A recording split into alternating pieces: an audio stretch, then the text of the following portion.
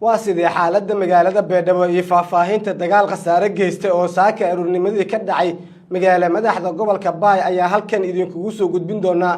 taliska ciidanka xoogga dalka way ka hadleen dagaalkan waxayna sheegeen in khasaare xooggan ay gaarsiiyeen sida ay hadalka u dhigeen war saxaafadeed ka soo baxay militariga Soomaaliya maleeshiyada ka tirsan argagixisada shabaab oo magaaladan saaka weerartay xaaladda guud ee magaalada Beedhabo iyo wararkii ugu dambeeyay ee ka imaanaya Beedhabo Janaay halkan ayaad kala socon doontaan hadduu ay beedmo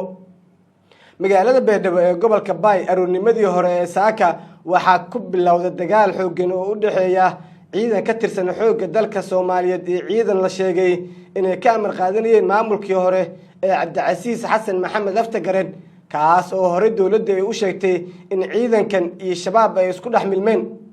dagaalka oo ahaa mid khasaare geystay ayaa ka dhacay banaanka iyo gudaha magaalada Beedhabo ee gobolka Baay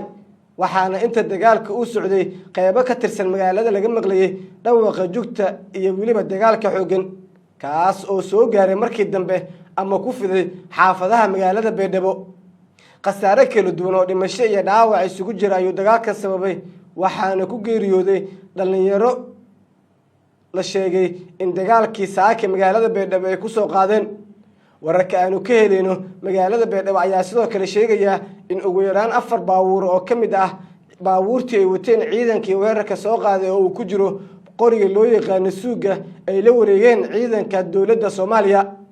taliska ciidanka xoogga dalka Soomaaliyeed isbitaalka Amora Specialist waxa uu dalka keenay qalab casri ah oo adigoo aan qalin lagu marsin ama dawo lagu siin ayaa laga daaweynayaa hameeyirida ragga waxaan xaadir kugu ah isbitaalka dhaqaatiir PhD sidata oo 20 sano wax ka badan ka shaqeynayay cilmiga cudurrada ragga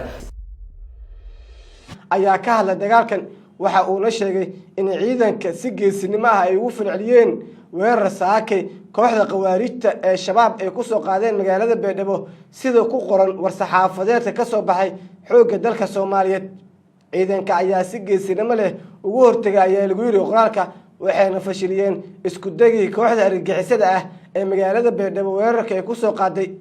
sida ku xusan qoraalka ka soo baxay taliska ciidanka xoogga dalka Soomaaliyeed waxa uu sheegay taliska militariga Soomaaliya inuu faahfaahin ka bixin doono dagaaladii ee saakay khasaaraha badan geystay kaas oo magaalada Beedhabo ka dhacay inta uu leeyahay militariga Soomaaliya ayaa sheegay in faahfaahinta buuxda ay gadaal ka soo bixin doonaan hase yeeshee dagaalkii maanta loogu hortagay kooxdii weerarka soo qaaday argagixisadeed sida qoraalka lagu sheegay magaalada Beedhabo ayaa haatan xaaladeedu ay tahay mid degan waxaana Beedhabo saaka ka imaanaya muuqaalo iyadoo la arkaya meedadka iyo waliba qaar ka mid ah gaadiidka raggii magaaladan soo weeraray wixii weerar ah ay soo kordha halkan ayaad kala socon doontaan hadduu beedmo